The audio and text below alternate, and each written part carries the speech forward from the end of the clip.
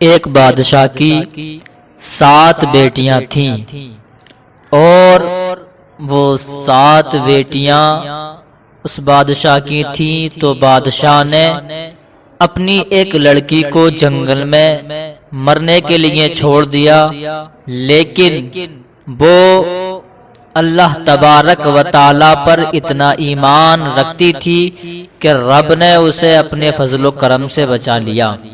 اگر آپ اس واقعے کو پورا سننا چاہتے ہیں تو ہماری ویڈیو کو ضرور پورا سنیں، اور اس سے پہلے آپ کی بارگاہ میں ریکویسٹ ہے، گزارش ہے کہ آپ ہمارے چینل پر نئے ہیں تو ہمارے چینل کو سبسکرائب کریں، بیل آئیکن کو دبائیں اور کمنٹ کرنا نہ بھولیں، اور اس ویڈیو کو شیئر بھی کر دیں۔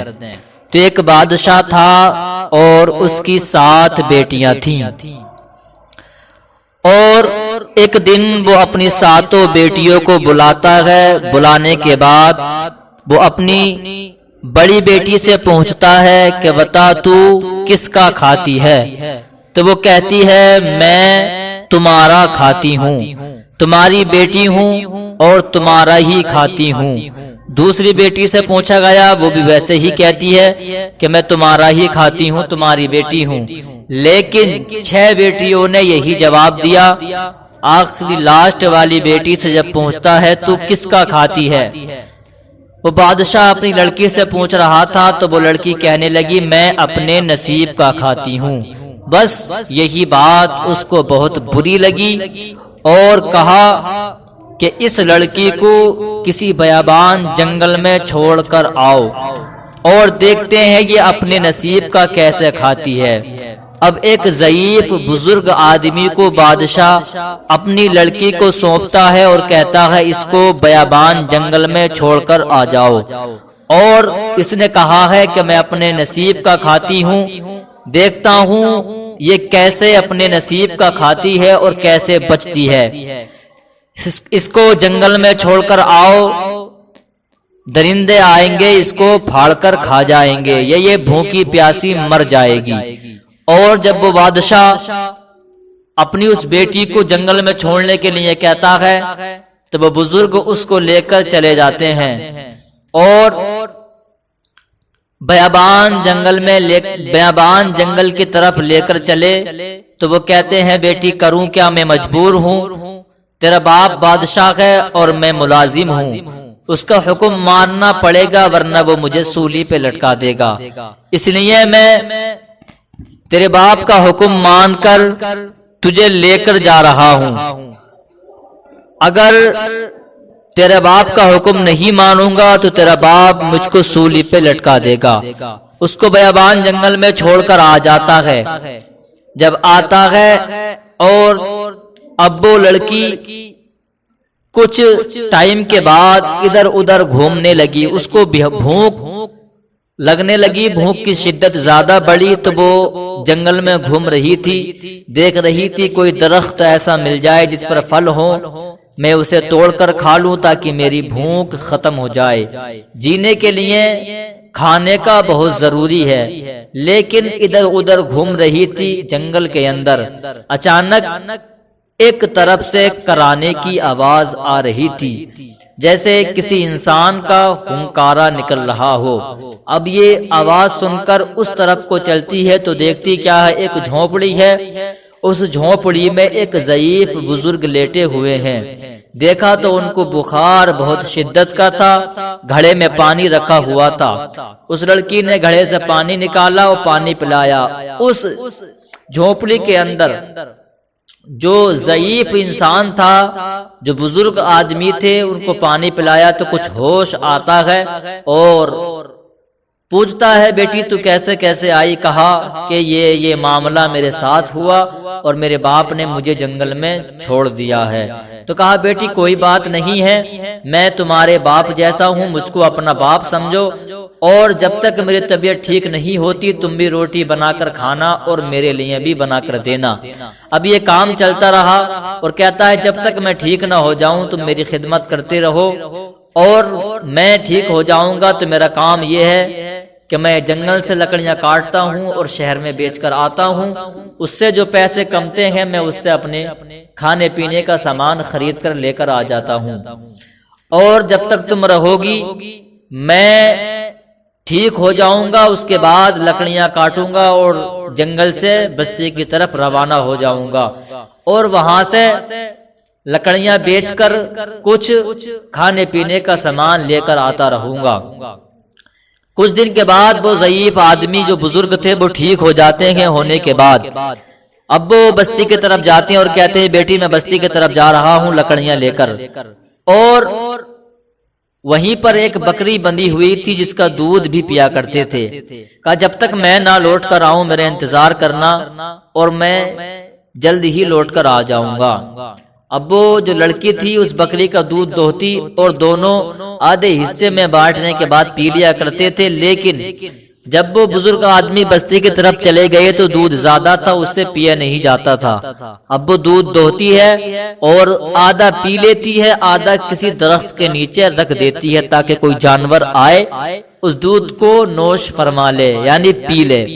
اب وہ پی کر جب رات کو رکھتی ہے، صبح کو وہ پیالہ اٹھانے کے لیے جاتی ہے تو دیکھتی کیا ہے، جہاں پر پیالہ رکھا ہوا تھا وہیں پر لال رنگ کا ہیرا رکھا ہوا تھا، جس کو لال بھی بولتے ہیں، اور وہ لڑکی اس لیے جانتی تھی کہ وہ بادشاہ کی لڑکی تھی، ہیرے جواہرات کو وہ پہچانتی تھی، اس لیے اس نے دیکھا اور پہچان گئی۔ اب دوسرا دن آتا ہے، پھر وہ دودھ پیتی ہے اور آدھا رکھ کر آ جاتی ہے، پھر جب دوسرے دن کو جاتی ہے تو پھر اس کو ایک لال ملتا ہے، یہاں تک کہ اس کے پاس 7 لال یعنی 7 ہیرے ہو چکے تھے۔ اب وہ ضعیف آتا ہے، آنے کے بعد وہ لڑکی کہتی ہے بابا یہ لو، اس میں سے 3 لال بیچ کر آؤ اور جو قیمت ہوگی اس سے ہم اچھی طرح سے زندگی گزاریں گے۔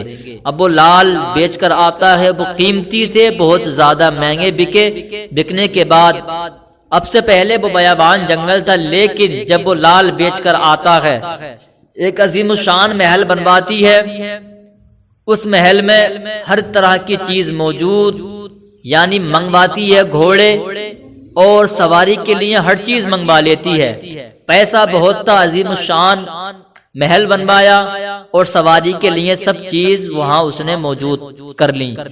اب زندگی گزرتی گئی تو اس نے کہا بابا ہمارے پاس بہت پیسہ ہے، کیوں نہ ہم لوگوں کی اس پیسے سے مدد کریں۔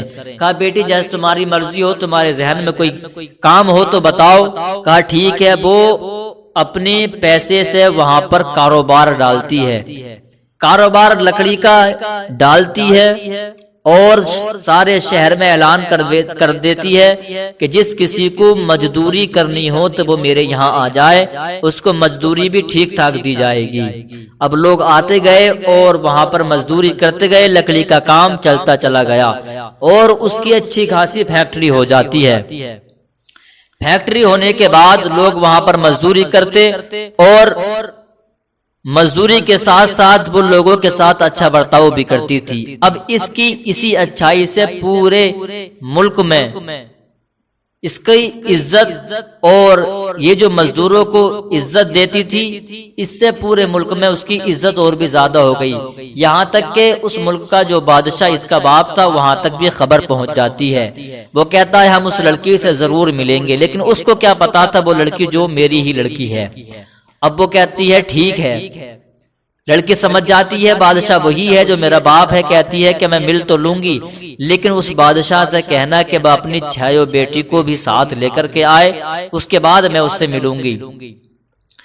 خبر پہنچ جاتی ہے، وہ اپنی 6 بیٹیوں کو لے کر آتا ہے، خود بھی آ جاتا ہے۔ اب یہ اچھی طرح سے تیار ہوتی ہے، ہیرے جواہرات کو پہنتی ہے، اچھا لباس پہنتی ہے اور نقاب لگا کر سامنے آ جاتی ہے۔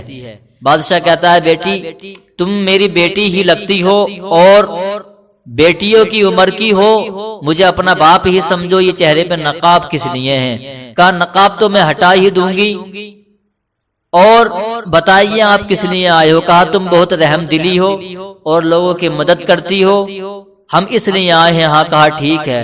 کہا اپنے چہرے سے نقاب تو ہٹاؤ۔ کہا ابھی آتی ہوں۔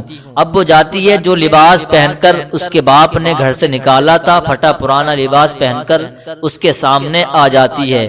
اب وہ دیکھ کر حیرت میں پڑ جاتا ہے، کہتا ہے کہ تم تو میری ہی بیٹی ہو۔ کہا ہاں میں تمہاری ہی بیٹی ہوں۔ کہا میں نے تو سوچا تھا کہ تمہیں کوئی درندہ پھاڑ کر کھا گیا ہوگا یا بھوک کے مارے تم مر گئی ہوگی، لیکن وہ لڑکی کہتی ہے نہیں، جس کو اللہ رکھتا ہے اس کو کون چکتا ہے؟ اللہ نے مجھ کو رکھا، اور میں جو کہہ رہی تھی کہ میں کسی کا نہیں کھاتی، میں اپنے نصیب کا کھاتی ہوں۔ رزق دینے والا رب ہے، رب نے ہی مجھے رزق دیا ہے۔ اور آج جو تمہاری یہ 6 بیٹیاں ہیں، یہ کہہ رہی تھی میں تمہارا کھاتی ہوں، بتاؤ ان کے پاس کیا ہے؟